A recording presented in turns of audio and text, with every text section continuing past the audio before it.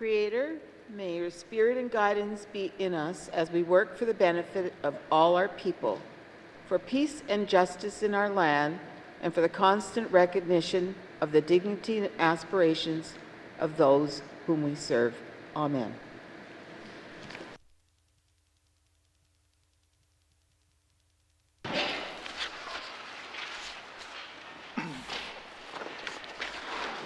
Colleagues, before we begin today, I would like to take this opportunity to recognize some visitors to our proceedings today. I am pleased to welcome Miss Martin's grade 6 class from Weladay Catholic School. It's great to see students here learning about consensus government. So please be on your best behavior. No, just kidding. Thank you, and please enjoy the proceedings today. Thank you.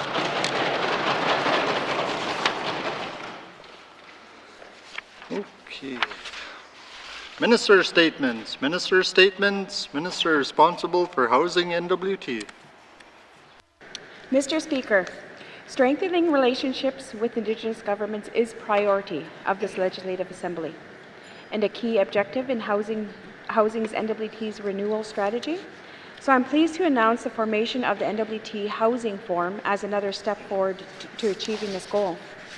As we have been rolling out changes to Housing NWT's policies, programs, and ways of doing business through our renewal strategy, we have been guided by the Council of Leaders Housing Working Group. The working group told us clearly that it wanted to see more permanent venues to allow NWT governments to collaborate and share information on housing. Mr. Speaker, we listened, and the results is the NWT Housing Forum, a body co-chaired by an Indigenous government and Housing NWT, based on a proposal brought forward by the Yellowknife Standing First Nations. The NWT Housing Forum replaces the working group, the structure of the Council of Leaders through reporting and eligibility for members while providing a more practical and broadened focus on subject matters on housing. Mr. Speaker, the forum will meet 4 times a year and in person. A housing symposium will also be held in the Northwest Territories communities every second year. The Indigenous governments co-chair with an alternate and will be selected every 2 years by consensus of the Indigenous government's members. Mr. Speaker, this guided body will share information, discuss and advocate for improvements and changes to NWT's housing system, and allows members to share their own housing-related plans and activities and find opportunities for collaboration. The forum also provides an opportunity for members to interact collaboratively with the federal government on housing-related matters, especially when speaking with one voice is very important. Mr. Speaker, addressing the housing needs of the Northwest Territories is something that one government cannot do alone. Formalizing this group as the new NWT Housing Forum will build an already strong foundation and ensure Indigenous governments have a strong voice in the housing needs of their communities. Mr. Speaker, Housing NWT's renewal is an ongoing initiative, and Housing NWT will use this forum to seek input and guidance from members on future changes to programs, policies, and legislation relating to these matters, with Housing NWT's mandate as well as provided an important ongoing venue for multilateral housing discussions between Housing NWT and NWT Indigenous governments and any other groups they wish to include in this discussion. Having the Indigenous governments at the table and leading the discussions on how best to improve housing situations in the Northwest Territories is an example of reconciliation, collaboration, and will lead to improvements throughout the Northwest Territories. The NWT Housing Forum will hold its first official meeting on June 9th to confirm the selection of the Indigenous governments to co-lead. Must seat, Mr. Speaker. Thank you, Minister. Minister statements. Minister statements. Minister responsible for infrastructure. Mr. Speaker, winter roads play a role in connecting families and businesses in the Territory. Every year they allow essential goods like fuel for electricity generation, heat, and transportation to be delivered to communities and homes. The Government of the Northwest Territories recognizes the importance of these community lifelines and remains committed to building operating and maintaining accessible winter roads for all residents of the Northwest Territories. Today, I'm providing an update on the GNWT's successful 2023 winter road season and fuel resupply activities. Each year, highway crews in the Beaufort Delta, Satu, Decho, and North Slave regions build and maintain approximately 1,400 kilometers of winter roads, ice roads, and ice crossings. This important work connects the 9 communities that are not served by all-season roads while reducing the cost of living for residents who live there. Many communities rely heavily on diesel and gasoline for electricity generation, heat, and transportation. Transporting fuel by winter road is the quickest and most cost-effective method of winter delivery. This year, the GNWT's season fuel resupply started on February the 7th and was completed April the 6th.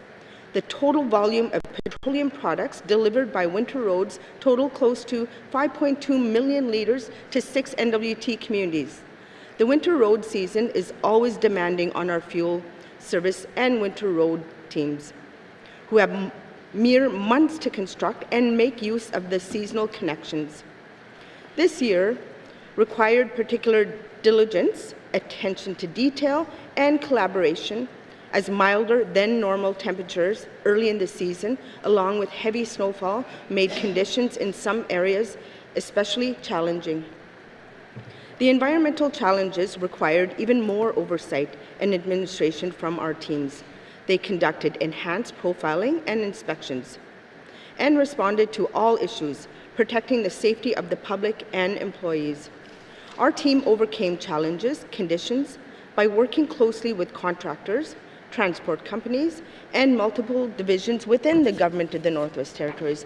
Mr. Speaker, I wish to acknowledge that the same conditions that required such tireless work from our staff and contractors also created challenging circumstances for our residents. To protect driver safety, it was necessary to open some winter roads later than usual, and some closed with little warning in the spring. While it was necessary, I do recognize how frustrating this can be, and I want to thank Northwest Territories residents for their patience as we all adjust to new patterns in the winter road season. Mr. Speaker, our government's priorities to make strategic infrastructure investments that connect communities, expand our economy, and reduce the cost of living. The work done by our winter road staff and contractors help achieve this priority, and this year required them to step up like never before. Thanks to their diligence and dedication, we had another safe and successful season. Our government will continue to work with the public and private sectors partners to maintain a dependable supply of essential goods and services to all Northwest Territories communities. Queen I need, Mr. Speaker. Thank you, Minister. Minister statements. Minister statements. Minister responsible for Worker Safety Compensation Commission. Mr. Speaker, the importance of workplace safety cannot be understated. The Worker Safety and Compensation Commission works to emphasize this message in many ways, like through partnership with organizations that share similar audiences and values. One such organization is Skills Canada Northwest Territories, which WSCC has an ongoing multi-year partnership with. Their recent territorial skills competition and career expo provided an opportunity for direct engagement with the youth. As part of the Career Expo, the WSCC hosted a Try a Trade activity, which enabled Yellowknife, Delo, and Beshico High School students to experience what it's like to be a safety officer and conduct a mock inspection. Students were taught how to properly use personal protective equipment and how to identify hazards in the workplace. Students observed a traditional workplace with a beating station and an area of blocking hides as part of the activity. The WSCC helps students to observe the workplace and identify areas where potential hazards can occur. Students also learned about their 3 safety rights as workers: their rights to know, their rights to participate, the right to refuse, and who to talk to about safety in the workplace. Mr. Speaker, over 250 high school students participated in WSCC's Try a Trade activity, and they were curious, engaged, and excited to participate. Many students recommended their friends to try the activity on the second day. The WSCC also helped organize the Workers' Place Safety Territorial Competition. Participants were asked with completing an inspection of mock warehouse observation, other skill competitions, and identifying hazards and controls and research on a safety issue and delivering a toolbox talk. Yellowknife competitor Liam Miller worked hard and was rewarded with a gold medal in a safety workplace for their students. Liam moved on to the National Skills Canada competition and represented the Northwest Territories. The WSCC participants with the Skills Canada Northwest Territories continues to target the young workers, since youth tended to be newer in the workforce and less experienced due to the factors they could be more at risk and feel pressure to impress their employers, making them more vulnerable to injury risk. By supporting this important event and organizing them, they learn the experience that to work safe in a safety workplace and what that looks like, and get valuable safety information. The WSCC offers a free Young Worker Safety Certificate course online program that provides general safety certification.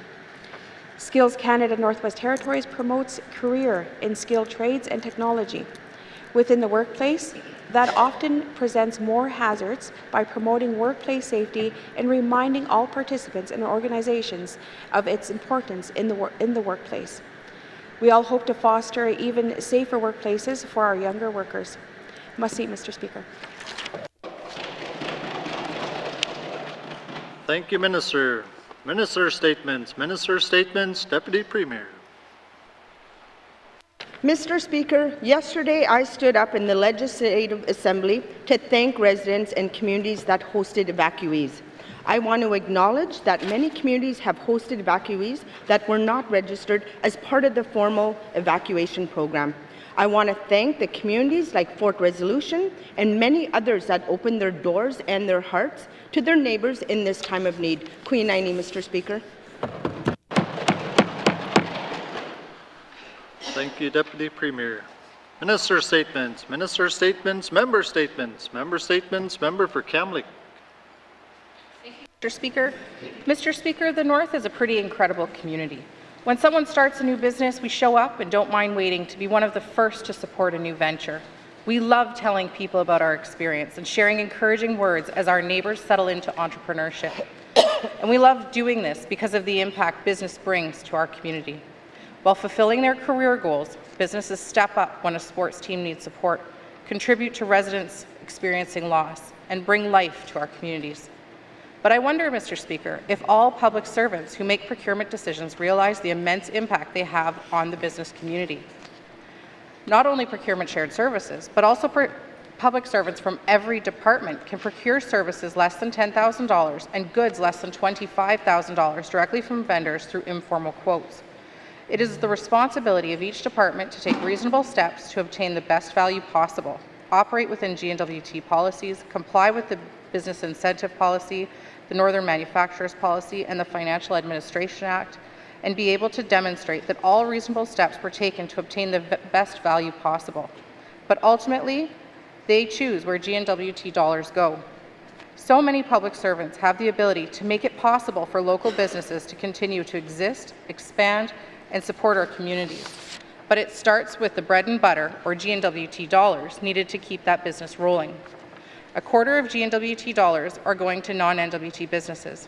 This equates to $95 million of bread and butter leaving the Northwest Territories. Don't get me wrong, I know not every dollar will stay in the Northwest Territories, but I get phone calls from NWT businesses that are asked for informal quotes. They offer to provide similar goods for similar price points and then learn the department opted to hit buy now online. Sometimes it's because they wanted a different color, were married to a different brand, or have just always used that Southern vendor. But what seems like an insignificant Southern purchase are dollars that would have made a difference to small business. When you click Buy Now online, you take sport away from kids, you reduce business capacity to grow in the north and job creation, and the truly devastating result, make NWT businesses ask if running their business north of 60 or just over the border with lower operating costs is the way to go. Mr. Speaker, I hope public servants listening hear me today. Your procurement dollars, no matter how small, to your department's budget, matter to northern business owners and matter to your community's health. Thank you, Mr. Speaker. Thank you, member for Kamlik. Member statements. Member statements. Member for Great Slave. Thank you, Mr. Speaker. Mr. Speaker, youth in our territory face many challenges that we speak about daily in this House. Homelessness, violence, addiction, sexual abuse, and a lack of stability are putting a huge amount of stress on the young people of the Northwest Territories. Suicide rates are rising, while the age of those identifying with suicidal thoughts is becoming younger and younger. Constituents with children as young as 12 have spoken to me about their concerns for their children after being alerted by their child's school as to words of self-harm. For Indigenous youth, this instability skyrockets when you add in systemic racism and the legacy of colonization, the 60s scoop, and the residential and Indian day schools. Lack of resources in communities, including poor dental and health care, a high turnover and lack of teachers and support workers, and no access to recreational facilities only further compound the issue. I've said it here before, Mr. Speaker, we are a have and have not territory. Many youth prosper in Yellowknife. They become renowned athletes, doctors, lawyers, and tradespeople. Yet one only has to travel down a few hours down the road, and it's a whole different story. Schools are moldy and falling apart. There are no tennis courts or separate curling and hockey arenas like in Yellowknife. Some communities don't even have a youth centre, somewhere safe for youth to hang out when their home is not. And the only community with a youth shelter is Yellowknife, which isn't even run by our government. Rather, it is the hearts and life's work of the dedicated employees of an NGO, Home Base. Home Base is constantly struggling to find money and staff to meet the overwhelming need of youth in our communities. Sorry, I've lost my spot. And Mr. Speaker, when you do speak to the youth at the shelter, many are Indigenous, and many have come from outside communities to Yellowknife to seek resources and support. Mr. Speaker, this already paints a pretty bleak picture of what many of the youth in our territory face. However, some have further hurdles in their way. For youth who identify as 2S LGBTQIPA+, our territory is even more dangerous. Yesterday, my colleague from Inuvik Twin Lakes made an impassioned plea for anyone with knowledge of Frank Gruben's whereabouts to come forward. Today, I want to make the same plea. We need to bring this young man home for his family and his friends. Often it is the information that we don't think is relevant that can lead to a break in the investigation. If you know something, call the police. Frank deserves better than this. Thank you, Mr. Speaker. Thank you, member for Great Slave. Member statements. Member statements. Member for Thabatcha. Thank you, Mr. Speaker. Mr. Speaker, to begin today, I want to acknowledge all the residents of Kalanichi First Nation, KFN, and Hay River who had to evacuate their homes due to the wildfires over the last couple of weeks. On that same note, I want to thank all the leadership and staff at the Territorial Fire Centre, the Department of Economic and Climate Change, and all personnel involved in keeping our communities safe with the wildfires. I also want to recognize all elected leadership in and around Hay River and KFN, which includes both MLAs Rocky Simpson and Minister Simpson, Mayor Jamieson, West Point First Nation Chief Cayenne, Hay River Métis Council Government President Trevor Beck, as well as my friend and a very strong chief, April Martel. Similarly, Mr. Speaker, I want to strongly encourage all Fort Smith residents and all South Slave residents to remain vigilant. The NWT and much of Canada is experiencing extremely dry conditions and likely will be a summer long, will likely be all summer long. So people must be very cautious as they light any type of fire, even cigarette butts. People must safely dispose of those. And don't forget, the South Slave has the largest trees and the thickest forests in the NWT.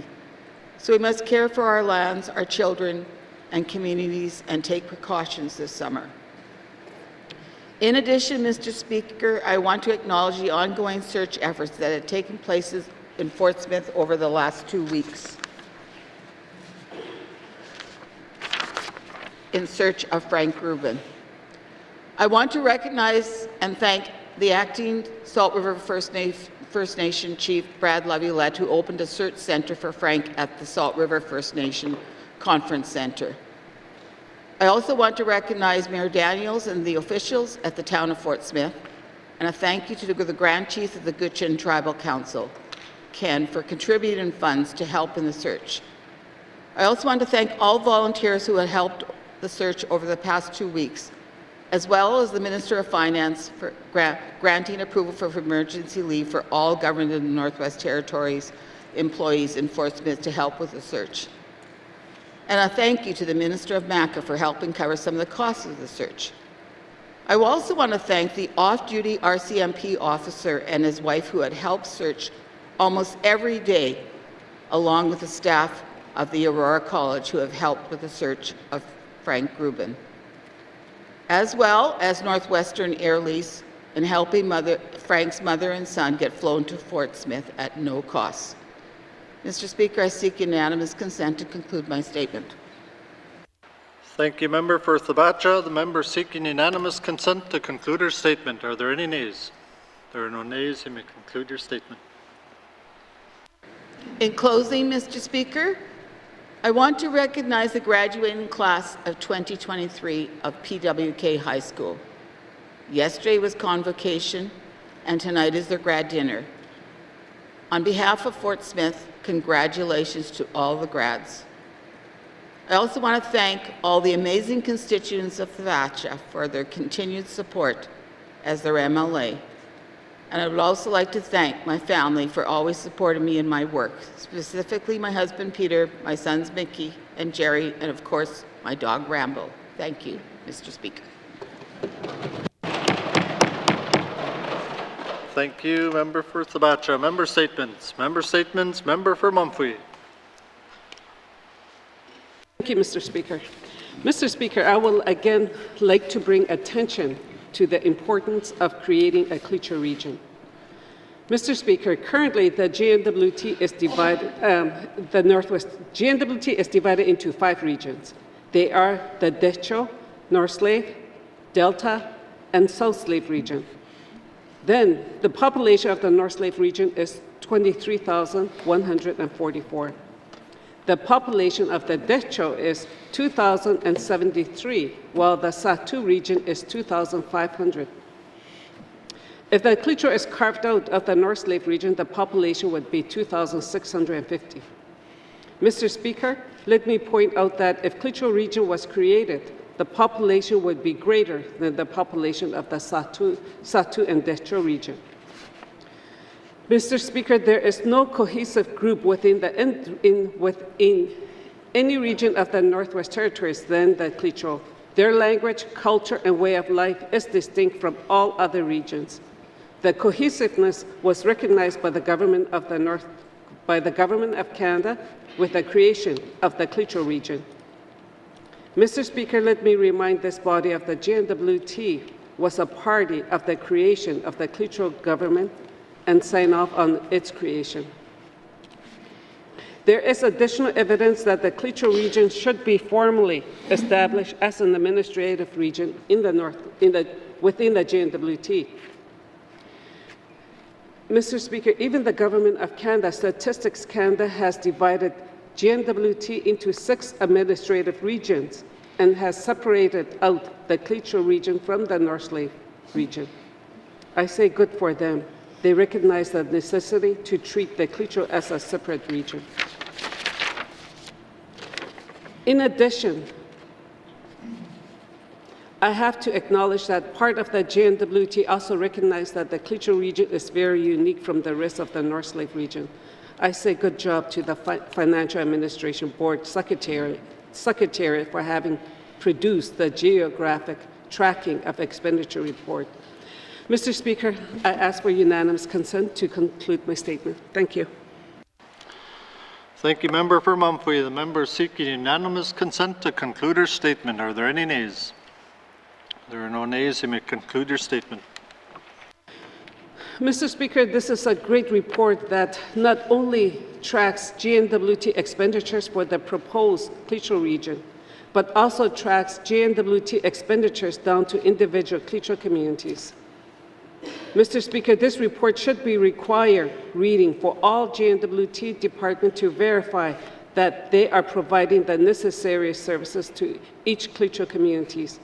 For example, would be the Emergency Management Office, Fire Prevention and Response Training, Health Promotion, Children's Services, Justice Systems, etc.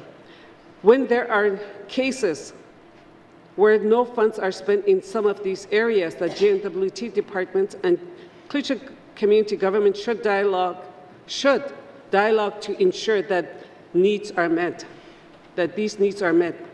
But how will they know in the absence of this report? This report is not only priceless for the future of Cleacher region, but also all other regions as well. Mr. Speaker, the sad truth is that probably the most important financial document that GNWT has ever published has been discontinued. It has been for over 10 years. This report must not be suppressed any longer, Mr. Speaker. This report is a huge accountability document for each GNWT department, and I see why it was discontinued. However, it needs to be brought back for transparency and for people's sake. Mr. Speaker, the main estimate should identify proposed spending at community levels in the same way as reported in the geographic tracking of expenditure, so people can really see what is being spent in small communities. Thank you. I will have a question for the Minister of Finance at appropriate time. Thank you, Member for Mumphrey. Member statements. Member statements. Member for Frame Lake. Monsieur le Président, for the second year running, Hay River residents have been driven from their homes and jobs by mandatory natural disaster evacuation orders. A recent letter from the Union of Northern Workers sent to all members details these hardships. It points out that many workers can't work remotely or don't have access to emergency leave. Workers are burning up their vacation leave to keep receiving a paycheck and likely don't have any sick leave credits coming out of COVID. Once evacuated, people face extraordinary costs of buying meals, gas, and travel expenses, and even hotel costs. The UNW is calling for GNWT to establish an evacuation relief fund to cover lost wages, including lost banked leave, transportation, accommodations, food, and other necessities. Payments would be a dollar amount per adult and child. This government has announced wage replacement support for individuals evacuated more than 7 days of $750, and that's a good start.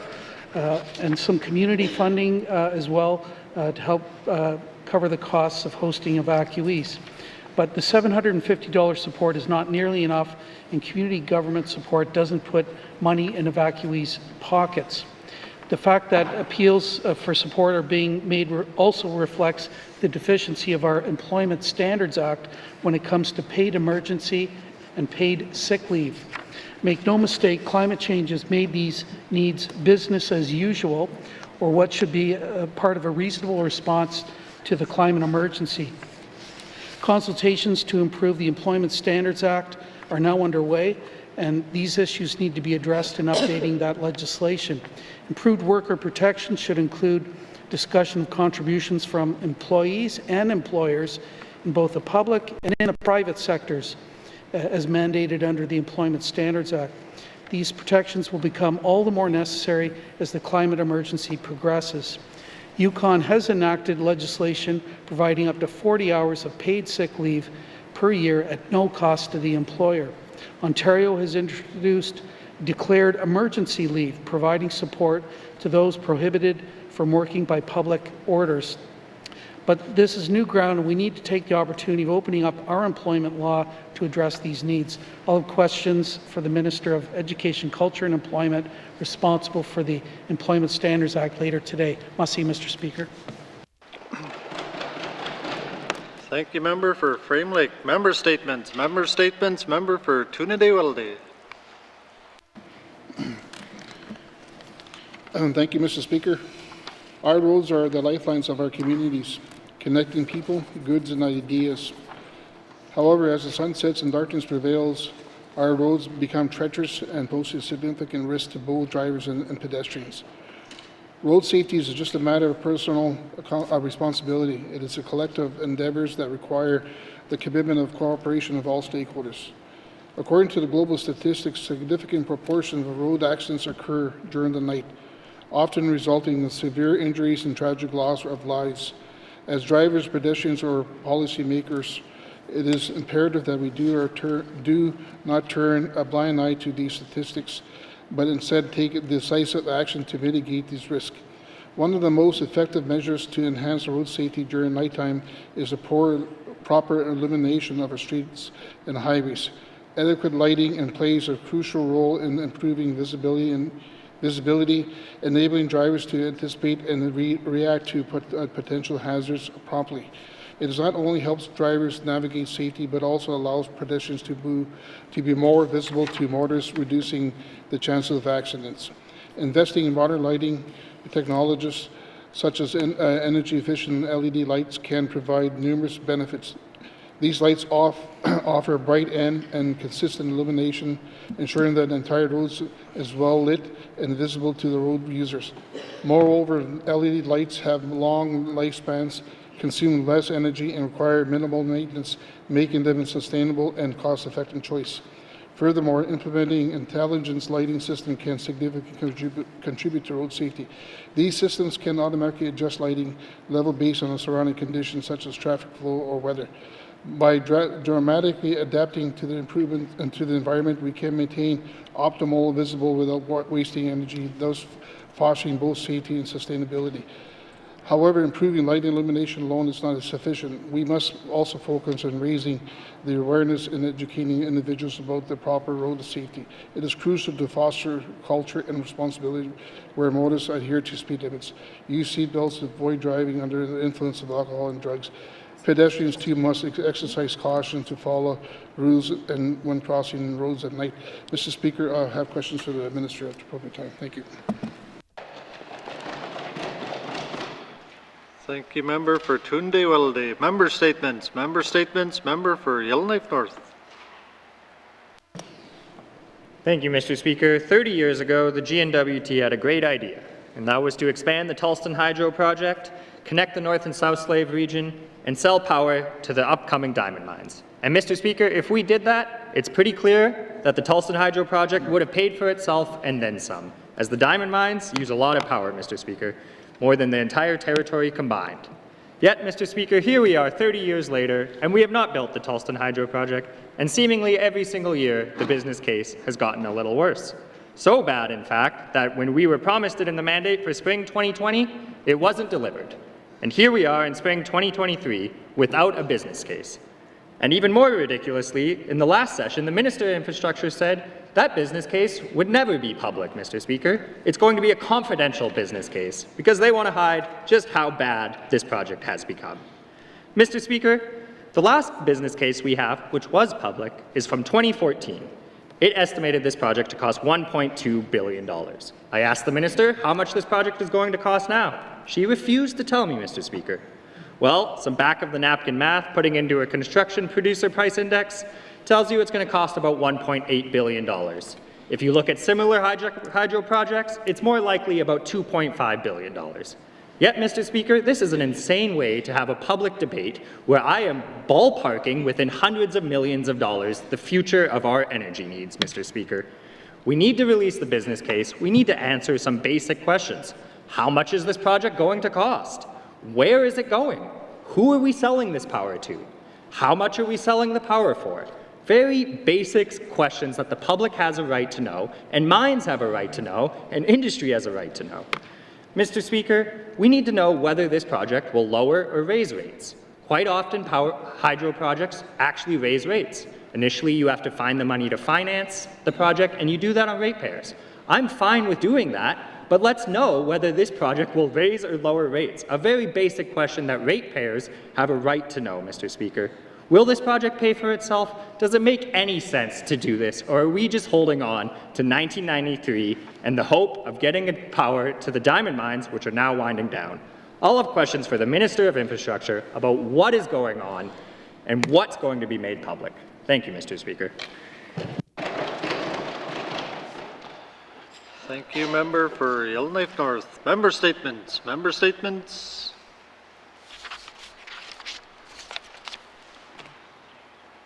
Returns to oral questions. Returns to oral questions. Recognition of visitors in the gallery. Minister responsible for EC&E.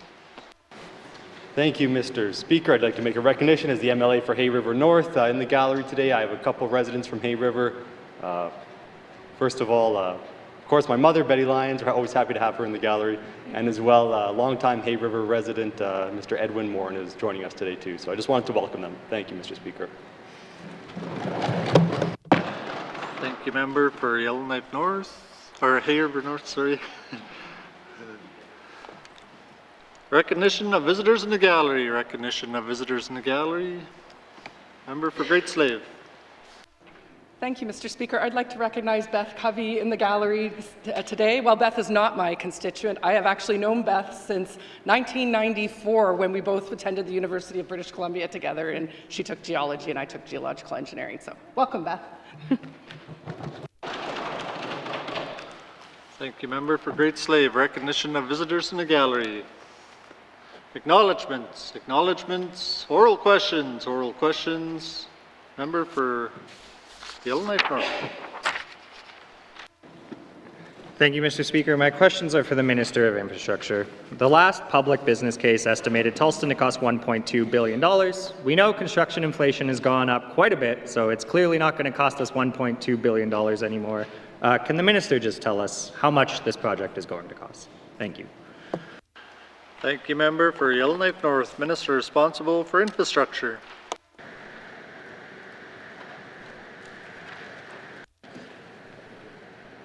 Mr. Speaker, the Tolston Steering Committee, comprised of leadership from the GNWT, Acacho First Nation, and Northwest Territories Métis Nation, have not yet selected a preferred transmission line route for this project. We are currently considering two options.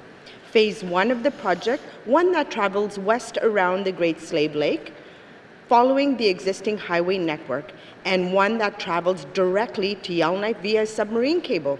Cost estimates for both options have recently been updated and are being reviewed on a confidential basis by our Indigenous partners as well as Canada Infrastructure Bank.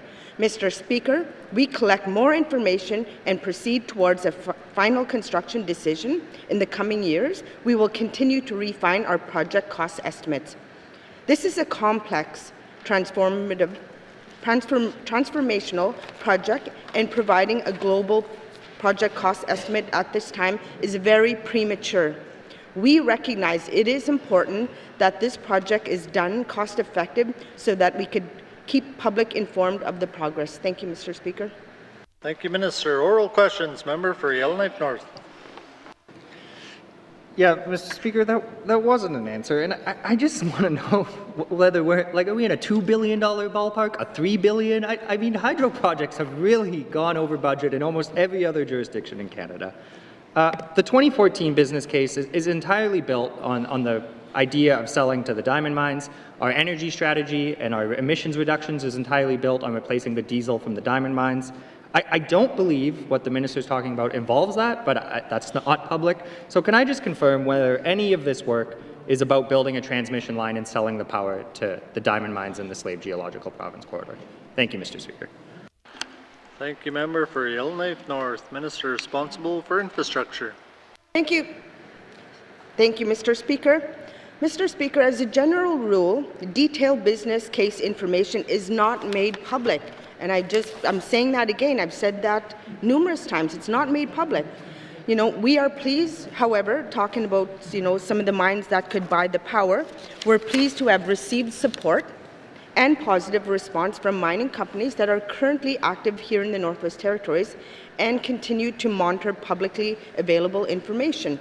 We have assessed publicly available information for 10 mining companies with active interests here in the territories. We've had a number of conversations, and there is significant interest in using green renewable energy from this Tolston project.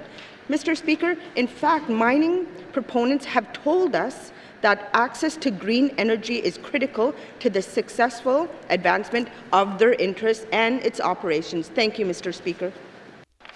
Thank you, Minister. Oral questions. Member for Yellowknife North. Thank you, Mr. Speaker. I believe in the last few years I have met with every mining company in the Northwest Territories. I know many of them, the capital markets are tight, the investment market is tight, many of them are struggling, and it takes decades, to get them to production.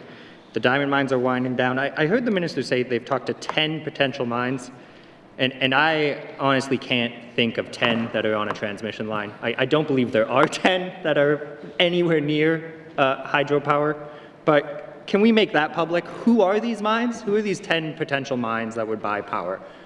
It seems a stretch of imagination that there are 10 mines that are coming into production. That would be great news if we had 10 mines coming into production with power purchasing agreements, but I don't believe we do. Can we figure out who those 10 mines are? Thank you, Mr. Speaker. Thank you, Member for Yellowknife North. Minister responsible for infrastructure.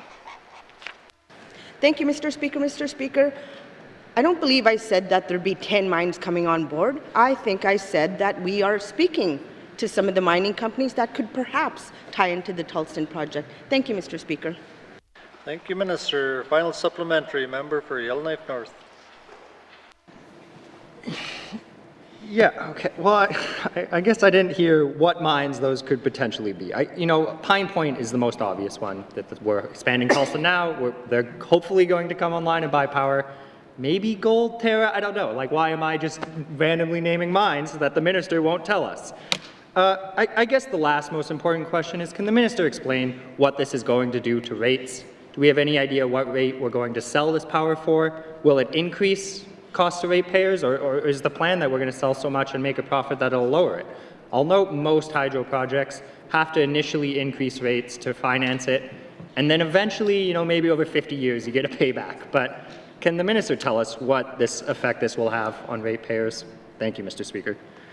Thank you, Member for Yellowknife North. Minister responsible for infrastructure. Thank you, Mr. Speaker. A key objective of the Tolston Hydro expansion is to provide access to affordable and reliable energy sources for Northwest Territories residents and businesses. Ultimately, it is our vision that the project will benefit Northwest Territories in the ways that have positive impact on residents, businesses, and our future economic prosperity as a territory. Thank you, Mr. Speaker. Thank you, Minister. Oral questions. Member for Great Slave. Thank you, Mr. Speaker. My questions are also for the Minister of Infrastructure. Can the Minister please tell me why the air support for the fires near Hay River and the KFN are not utilizing the Fort Smith Airport for the efforts? It's my understanding that they are unable to land there and instead come to Yellowknife. Thank you. Thank you, Member for Great Slave. Minister responsible for infrastructure. Thank you very much, Mr. Speaker. Mr. Speaker, I'm not aware of that operational detail. However, I can look into it and get back to the member. Thank you, Mr. Speaker. Thank you, Minister. Oral questions. Member for Great Slave. Thank you, Mr. Speaker. Mr. Speaker, but I'm sure the minister is aware of the fact that the repaving done by her department in the last while has resulted in a ridge in the runway that does not allow for the Electras to land. Could the minister speak to that, please? Thank you. Thank you, Member for Great Slave. Minister responsible for infrastructure. Thank you, Mr. Speaker. Mr. Speaker, I'm not aware. Is the member speaking about the Fort Smith Airport? I just need clarification. I don't feel like that question was clarified. Thank you. Thank you, Minister. Oral questions. Member for Great Slave. Thank you, Mr. Speaker. I will check Hansard later, but I'm pretty sure I said Fort Smith. Mr. Speaker, I'll just be blunt. I know that the Fort Smith resurfacing of the pavement did not go properly, and the airport is now not fully usable by airplanes using supporting the fire efforts. Could the minister please comment on whether or not she knows about this, and if she doesn't, why she doesn't know about it? Thank you. Thank you, Member for Great Slave. Minister responsible for infrastructure. Thank you, Mr. Speaker. Mr. Speaker, the Fort Smith runway did have some work done. You know, we had questions from the member from Tabacha asking questions on the Fort Smith. The Fort Smith airport is fine. You know, there are airplanes that can land there. I'm not very specific to which airplane the member is speaking of. Thank you. Thank you, Minister. Final supplementary, member for Great Slave. Mr. Speaker, I think it needs to be said this minister is completely unaware of what is going on in her department. This is a resurfacing issue with the contractor that I've been made aware of by several people, so I'm unable to understand why the minister would not be aware of this herself, and I have to question whether or not this is just deflection. Thank you, Mr. Speaker. Thank you, member for Great Slave. Minister responsible for infrastructure. Thank you very much, Mr. Speaker. Mr. Speaker, I do want to let the member know that there were minor deficiencies in the apron, which has been addressed. Thank you, Mr. Speaker. Thank you, Minister. Member for Frame Lake. Speaker, I rise on a point of order. The member is imputing motives on the part of the minister, and I just don't accept that as proper conduct in the House. Thank you, Mr. Speaker. Thank you. Order. Thank you, member for Frame Lake. We'll take a short recess. Thank you.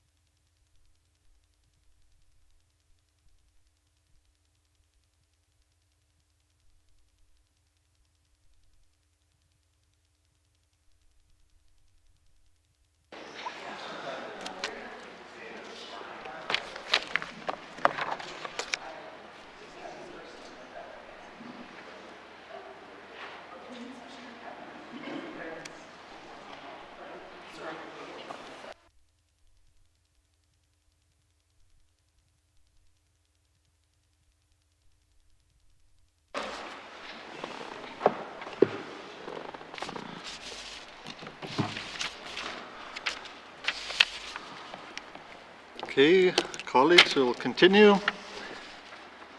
The member for Frame Lake rose on a point of order stating that the member for Great Slave was imputing motives to a member. Rule 3.2 brackets 3 states that the speaker will call a member to order if they make allegations against another member or imputes false or hidden motives to another member. I reviewed the video of the exchange and noted that the member said, "I have to question whether or not this is deflection. The guidelines for oral questions in the rules notes that questions should deal with a matter reasonably assumed to be within the present knowledge of the minister, and not to be an argument or contains interference, imputes motives, or casts aspersions upon any person."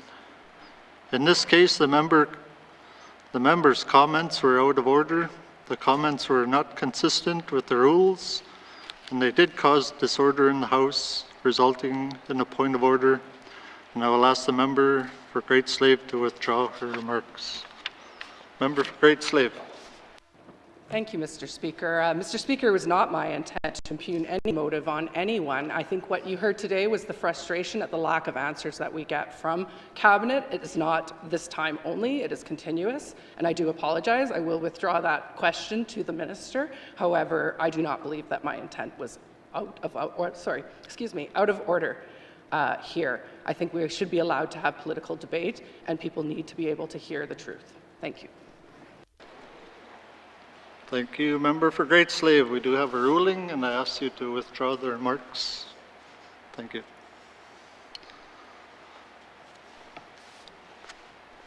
So do you withdraw the remarks? Statement already. Questioning the point of order. I stated that my remark, so.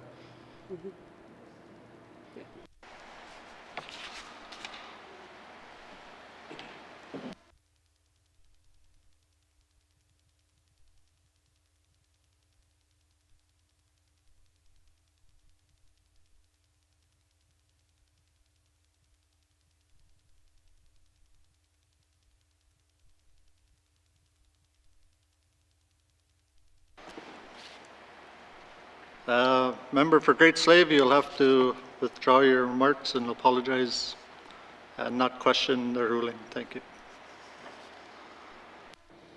Thank you, Mr. Speaker. I apologize and withdraw my remarks to this amazing minister. Thank you.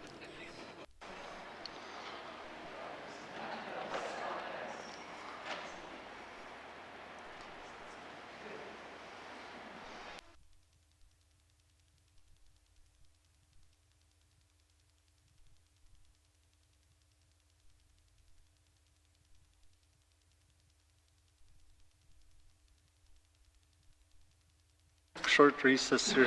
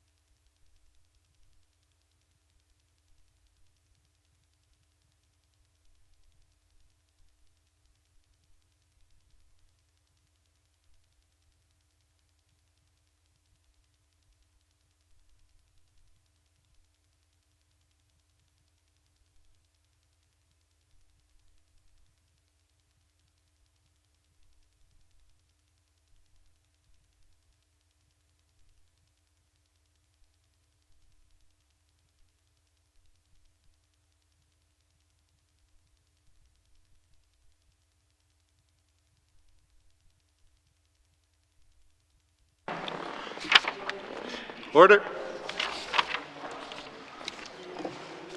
Colleagues, will continue.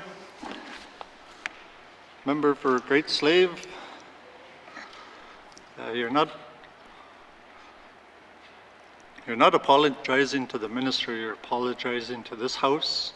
And whether you agree with the ruling or not, please be respectful to the members and also to the residents of the Northwest Territories. So I'll give you one final opportunity to apologize, and we'll continue. Thank you. Thank you, Mr. Speaker. Mr. Speaker, I apologize to you for the disorder in this House, and I apologize to the House for my comments, and I withdraw them. Thank you.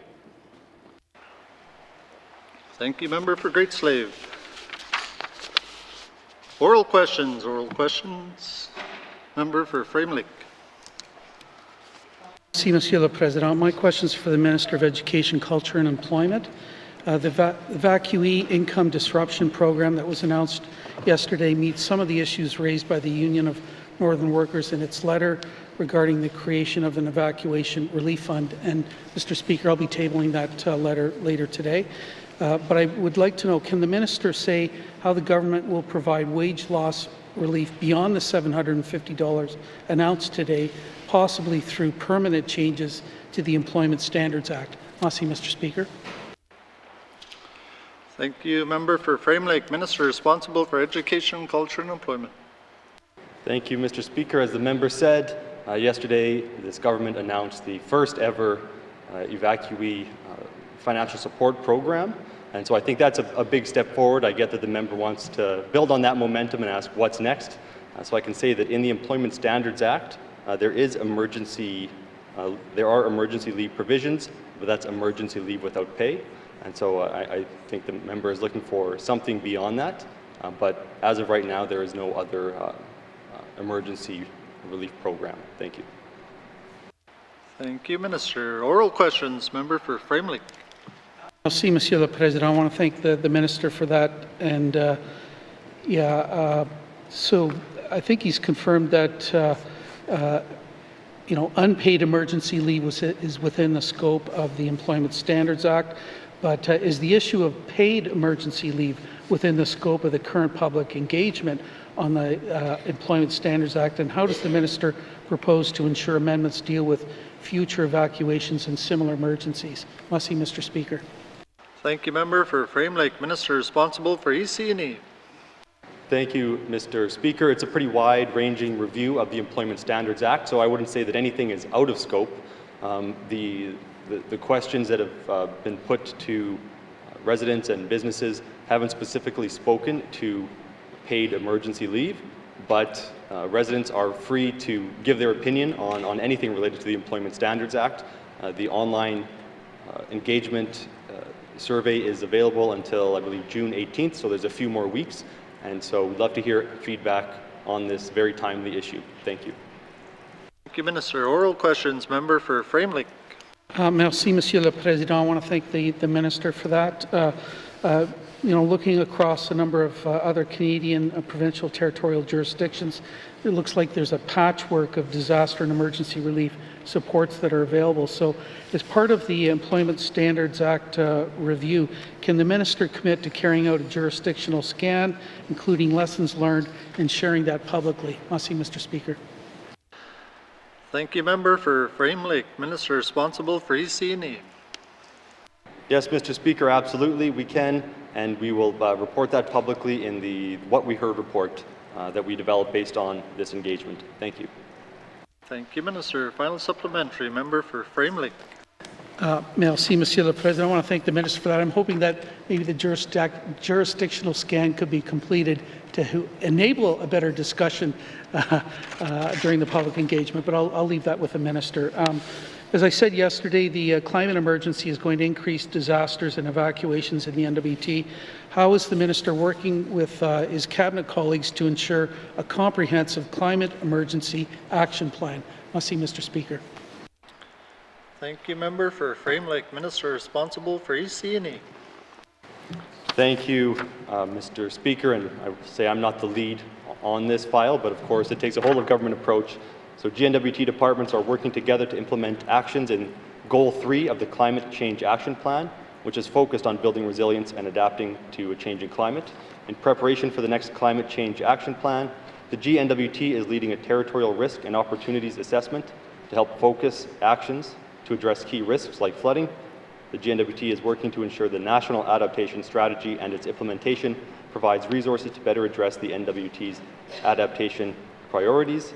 And I can say that, based on my experience as MLA, I also have a number of recommendations that I will be making directly to the ministers in my role as MLA. So we're all working on this, and I appreciate the member bringing attention to it. Thank you.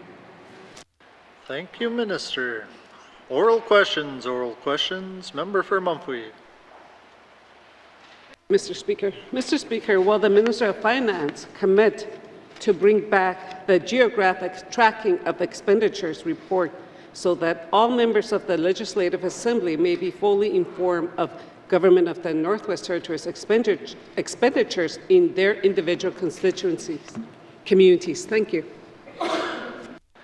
Thank you, Member for Mumphy. Minister responsible for Finance.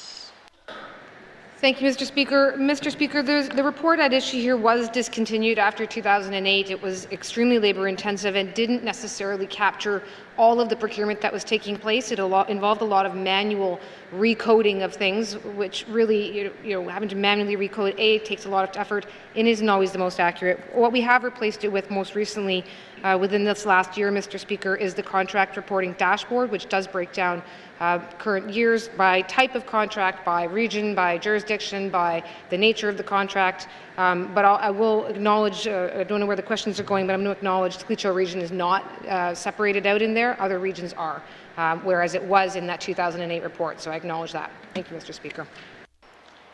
Thank you, Minister. Oral questions. Member for Mumphy. Regardless, Mr. Speaker, Clecho region should be identified. Mr. Speaker, what are the barriers to making a Clecho administrative region? Thank you. Thank you, Member for Mumphy. Minister responsible for Finance.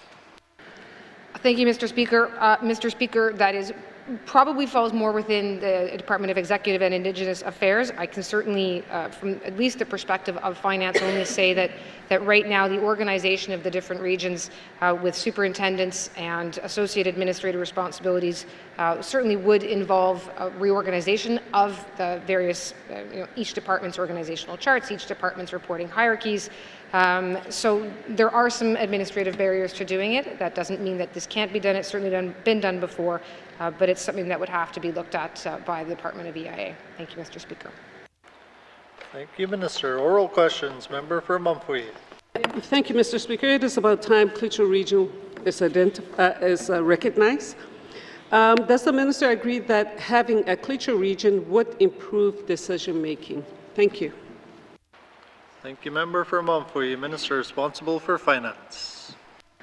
Thank you, Mr. Speaker. Mr. Speaker, I would like to hope that the decision-making is not impeded by the lack of having a specific region. There are superintendents in the region for, certainly I know ITI, as well as other departments have superintendents there. And we also, of course, have, this is an entity that is a self-governing region, and there's the Clecho Child and Family Services, Clecho Services Agencies. So there are a number of organizational structures that are distinct and unique to the Clecho region. If there's some specific areas where that is not working well, I would love to talk to the member more about that. As for what the future might hold in terms of organization, I mean, as in any other organization, the government does find itself changing and adapting. And again, certainly the Department of EIA may want to look at whether it's time to reorganize once again. Thank you, Mr. Speaker. Thank you, Minister. Oral questions. Member for Trinidad-Wilde. Thank you, Mr. Speaker.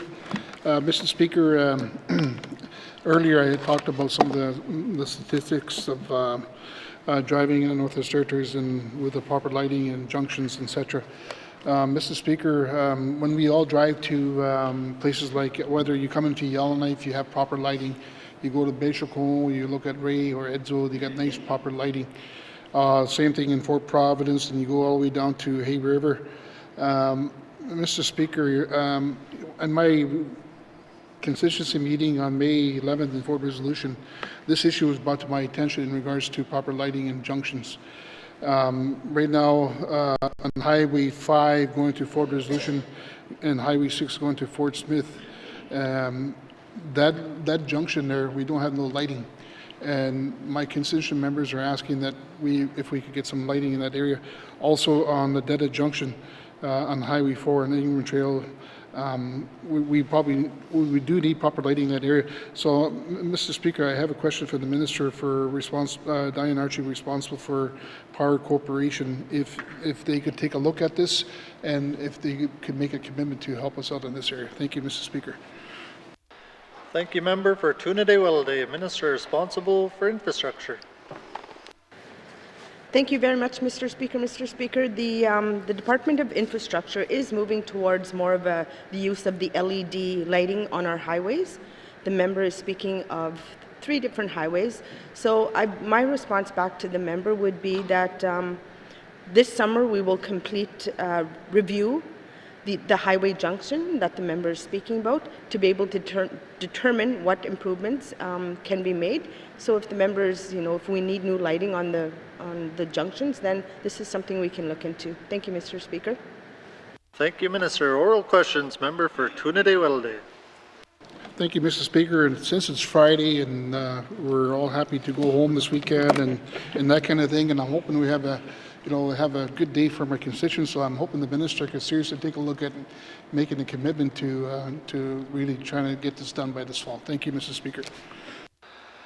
Thank you, Member for Tunade-Welleday, Minister responsible for infrastructure. Thank you very much, Mr. Speaker. Mr. Speaker, as I mentioned, yes, we will look into the 3 different junctions. I better not add more work to the department, but 3 different junctions that the member is talking about, and to be able to see what we can do in terms of getting new lighting for the highway. Thank you, Mr. Speaker. Thank you, Minister. Oral questions, Member for Tunade-Welleday. Thank you, Mr. Speaker. No, I don't have any further questions, but I welcome that, and I look forward to seeing the minister working with us on that, and since it's a safety issue for my constituent members. Merci. Thank you. Taken as a comment. Oral questions, written questions. Member for Frame Lake. Merci, Monsieur le Président. I do have a couple of questions for the Minister of Finance to follow up on my colleague's questions, the member for Cam Lake yesterday on the issue of emergency paid leave, as the minister announced in the House yesterday. I just want to make sure that position has been communicated to staff within GNWT who are in a supervisory position, so that they can work with the employees to make sure that they know that they could access, those that need it could access emergency paid leave if they've had to leave Hay River or Catalodeche. Merci, Mr. Speaker. Thank you, Member for Frame Lake, Minister responsible for Finance. Thank you, Mr. Speaker. Mr. Speaker, I think we've mentioned bare facts here before. It is a primary tool of communication for all staff within the public service. And on May the 15th, we did put out a fairly detailed note here stating that employees required to evacuate both Hay River and Catalodeche may use emergency leave pursuant to the conditions in the collective agreement. So I certainly would hope that there's been no misunderstanding or lack of awareness of it, but I'm happy to have the chance to raise it again here in the House. Thank you, Mr. Speaker. Thank you, Minister. Oral questions, Member for Frame Lake. Merci, Monsieur le Président. I want to thank the Minister for that.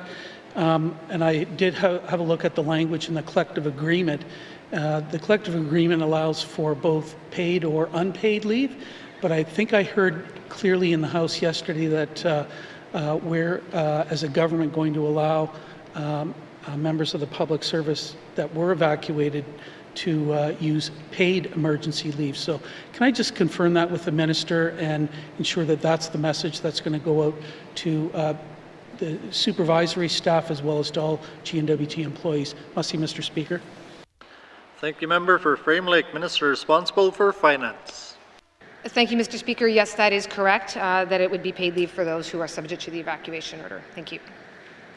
Thank you, Minister. Oral questions, written questions. Returns to written questions. Replies to Commissioner's address. Replies to Commissioner's address. Petitions. Petitions. Reports of committees on the review of bills. Reports of committees on the review of bills. Reports of standing and special committees. Reports of standing and special committees. Tabling of documents. Tabling of documents. Member for Frame Lake. Merci, Monsieur le Président. I wish to table the following document, a May 23, 2023 letter from the Union of Northern Workers regarding Hay River Disaster Emergency Funds addressed to the Premier and Minister of Finance. Merci, Mr. Speaker. Thank you, Member for Frame Lake. Tabling of documents. Tabling of documents. Notices of motion. Notices of motion. Motions. Motions.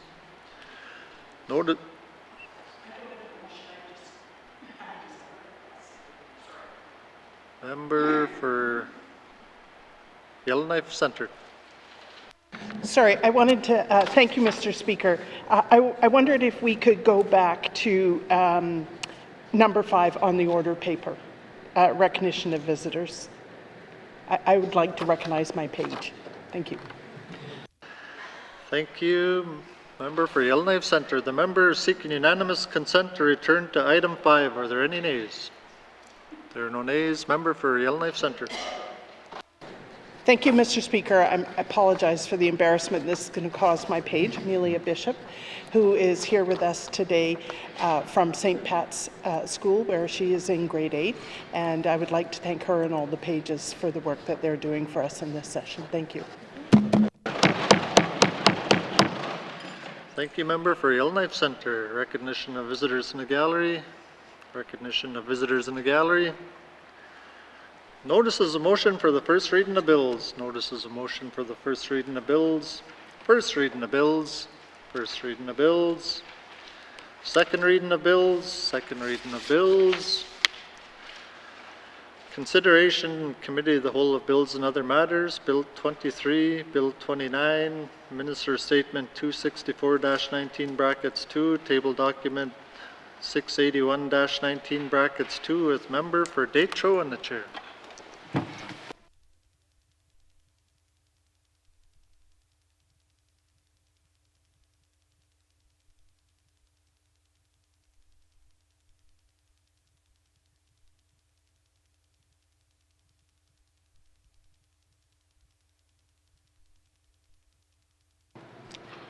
I now call Committee of the Whole to order.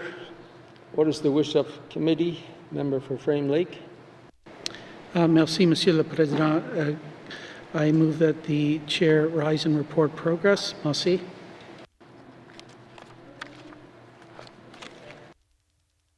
There's a motion on the floor to report progress. The motion is in order and non-debatable. All those in favor? All those opposed?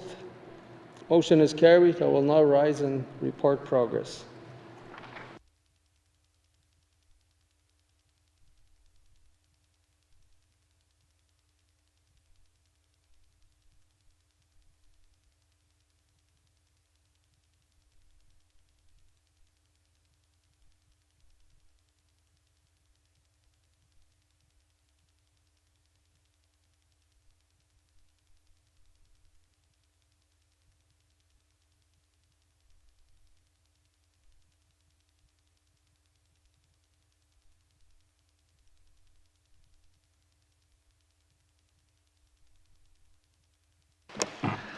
May I please have the report of Committee of the Whole. Member for Detroit. Merci, Mr. Speaker. Your committee has been considering Bill 23, Bill 29, Minister's Statement 264-19 brackets 2, and Table Document 681-19 brackets 2, and would like to report progress. And Mr. Speaker, I move that the report of the Committee of the Whole be concurred with. Merci. Thank you, Member for Detroit. Do we have a seconder? Member for Tunaday-Welday. All those in favor? All those opposed? Any abstentions? Third reading of bills. Third reading of bills. Mr. Clerk, orders of the day. Thank you, Mr. Speaker. Orders of the day for Monday, May 29th, 2023 at 1:30 p.m. Prayer, minister statements, member statements, returns to oral questions, recognition of visitors in the gallery, acknowledgements, oral questions, returns to written questions, replies to the Commissioner's address, petitions, reports of committees on the review of bills, reports of standing and special committees, tabling of documents, notices of motion, motions, notices of motion for first reading of bills, Bill 90, Bill 91, second reading of bills, Bill 64, consideration in committee of the whole of bills and other matters, Bill 23, Bill 29, Bill 79, Minister's Statement 264-19-2, Table Document 681-19-2, Report of Committee of the Whole, third reading of bills, orders of the day. Thank you, Mr. Speaker. Thank you, Mr. Clerk. Before we end, I'd just like to wish everybody a safe weekend. Try to enjoy yourselves. This House stands adjourned until Monday, May 29th, 2023 at 1:30 p.m.